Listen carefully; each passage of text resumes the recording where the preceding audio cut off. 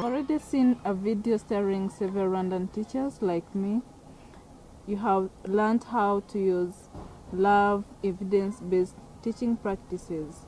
Thousands of rigorous, objective scientific studies conducted in schools around the world show which practices lead to the best outcomes for children, both now and for their future success. All of us continue to learn about what is best for children as new research published. Everything we do in these workshops is based on 5 early childhood education principles, which Dr. Howard Robinson, a retired university professor in New York, has identified based on research. You can follow along on your handout as we discuss each one. The first principle is that a healthy environment is psychologically safe for children. Children can only learn when they feel safe, loved, respectful, comfortable, and welcome.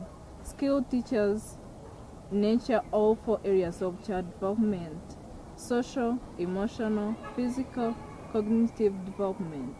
Young children's brain and bodies are growing real in first the 8 years. The second principle is that teachers and all adults at school and at home treat children with respect. Respectful teachers and families ask encouraging questions, sit with children at their eye level, and are always kind. Children figure out which people they can trust. Being attuned to the child's world is the third principle. This means that adults see the world through the child's eyes. We empathize with their feelings and build on what children already know. Well-prepared teachers know about children's family circumstances, such as lack of food, try to sensitively address issues that affect children's ability to learn and grow. Play is the fourth principle. Children naturally engage in free play right from the minute they are born. Young children figure out things for themselves, such as how to take care of their socks or pour porridge without spilling. They learn to speak when they talk with others. Free play is how children learn to make good choices and be creative. The fifth principle is that the best early childhood programs are child-centered. Good schools support children's independence as well as building their knowledge and skills. Children write their own stories, choose how to build with bricks and stories, and work out their own solutions and conflict. When are all of these principles best implemented in preschool? During free play. We are all going to watch 2 different types of free play. First, let's see what children do when they play with sand and water. Look for how many children are playing and which recycled materials they use.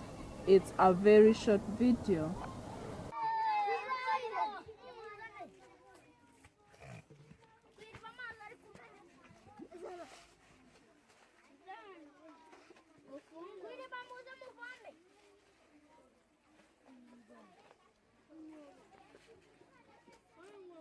Here is a second video, this time of children engaged in free pretend play in a classroom. See what the teacher does while children pretend to play family.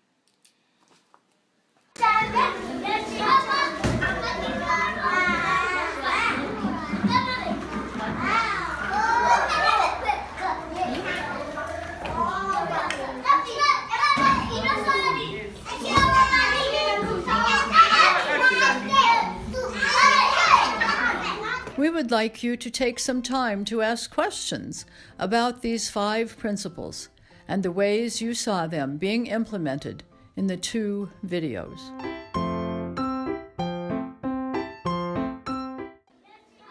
Let's talk a bit about the differences between free play, like the water and sand, and pretend play, in which children imagine They are other people or even animals that you have just seen, and games. Please take a look at the second page of your handout. Free play and games are really quite different. In free play, children have many choices about what to do. In games, adults make the decisions. Remember the 5 ECE principles? Child-centered learning is the best. Respect for children is essential. Children construct their own knowledge. Children work together. These principles describe genuine free play. In contrast, games are adult-led. Adults usually make the rules, adults set time limits, and children compete against one another. Games are fun, but what are children really learning? Often, they are learning just to follow the rules. So, as you can see, free play is essential for children to learn to cooperate, to think analytically, to practice making decisions. Now it is time for you to ask questions about play. What are your questions about the chart on the back of your handout?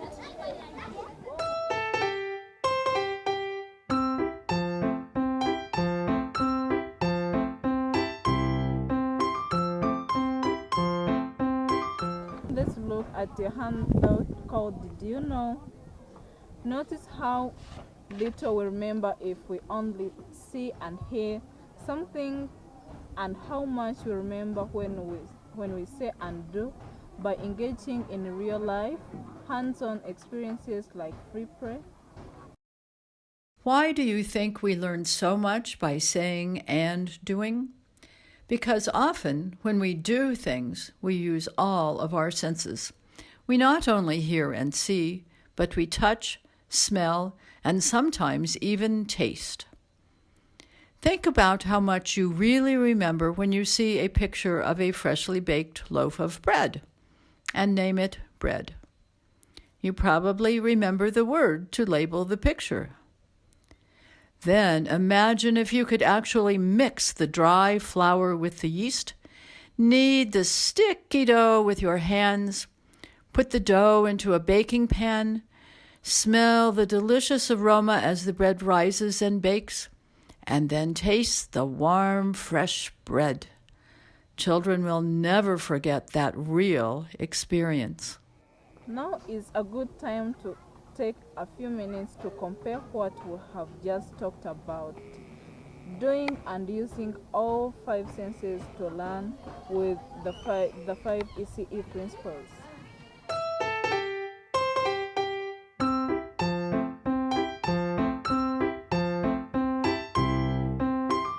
We have quickly introduced you to a bit of the convincing evidence about how important it is for young children to learn through free play. Not lots of games, not memorizing in the environment that has the time and materials for them to do interesting things. Children learn best when they are actively engaged, when they make decisions, and when they realize what happens. Play is real, a continuous sense experiment for children.